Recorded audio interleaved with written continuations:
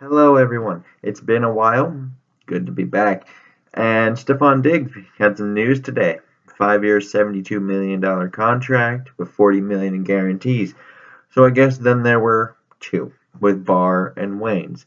And I think there's a chance they very well made their choice between Diggs and Barr if it comes to that today by signing Diggs. And I personally was hoping they would let Diggs play out this year because I thought he'd be cheaper. And the reason for that is he is often hurt. Thankfully, never anything major like an ACL or nothing like that. And but he's yet to have 1,000 yards, mostly due to that. But he's also coming off that miracle play in the playoffs, and even though the dude plays extremely well when you look at the tape, the numbers aren't really there all the time. Like last year, he had 8 touchdowns, but before last year, he only scored touchdowns against NFC North opponents. So, and then he's, like I said, never had over 1,000. So, I know those are statistical things that maybe should not be in this, but I think if you waited till after this year to pay him, then maybe he's a little bit cheaper. But I'd prefer to have him in the fold at a little bit of a higher price than not at all.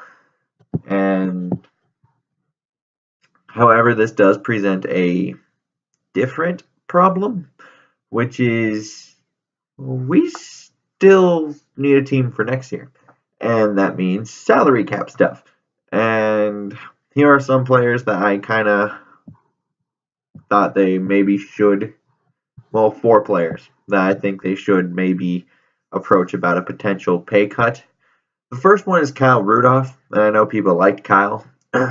he's To me, he's kind of overrated. Like, I mean, he's good, but I think people put him in an elite status when he's not elite.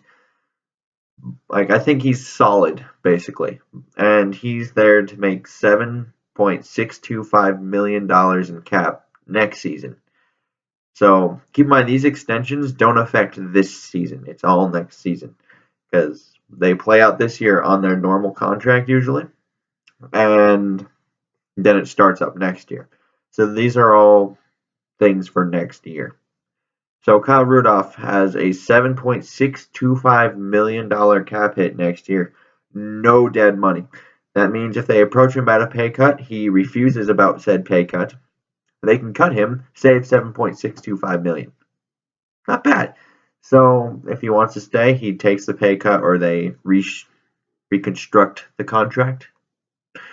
Sendejo has the same deal with the no dead money at 5.5 mil though. And Sendejo might have, with all these contracts, might have be pushed out the door a little bit. Because I know some people like Dejo, but I think we can probably get better than Dejo. I think the main reason why they're there is the whole communication. He's been there so long, he's able to do that. So he might actually be willing to take a pay cut and rework the deal, maybe even extend the deal by a year or two and spread it out over that many years. And the next two, we have tackle slash guard Mike Remmers with a $6.35 million cap hit, but he has a $1.8 million in dead money. And we could get out of the Remmers deal fairly easily because he has a potential out after his first 2 years in Minnesota. So it makes it fairly easy to get rid of him if he says no. And the next one is Riley Reef. And I'm going to group him and Remmers kind of in this same category because I think they both fall as long as tackles are involved. Because Reef has $11.7 million in cap hit with 6.6 in dead money, but he also has a potential out after the season. They kind of grouped him in together like that. And if we're keeping them both at left and right tackle, then I would say you try to approach them about pay cuts. But if Remmers is a guard, I think he's a better guard than he is a right tackle. And the reason why I say that is he can actually move.